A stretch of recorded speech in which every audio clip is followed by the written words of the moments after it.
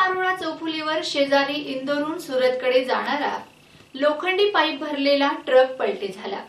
सदर ट्रक चालकाचा ताबा सुटल्यामुळे पलटी झाल्याचे सांगण्यात आले। अपघातात कुठली जीवितहानी झाली नसून जखमी ट्रक चालक व त्याच्या साथीदारास उपचारार्थ रुग्णालयात हलविण्यात आल्याचं समजतंय। मिळालेल्या माहितीनुसार असकी DN09S9633 या क्रमांकाचा लोखंडी पाईप भरलेला ट्रक इंदोरहून सुरतकडे जात असताना धुळे पारोळा चौफुली शेजारील हनुमान मंदिर व मोतीनाथ बाबा मंदिरासमोरील रस्त्यावर हा ट्रक पलटी झाला। ट्रक पलटी होण्याचे संकेत मिळताच ट्रक क्लीनरने ट्रकमधून उडी मारून आपला जीव वाचवला। मात्र ट्रक चालक गाडीत राहिल्याने त्यास गंभीर दुखापत झाली।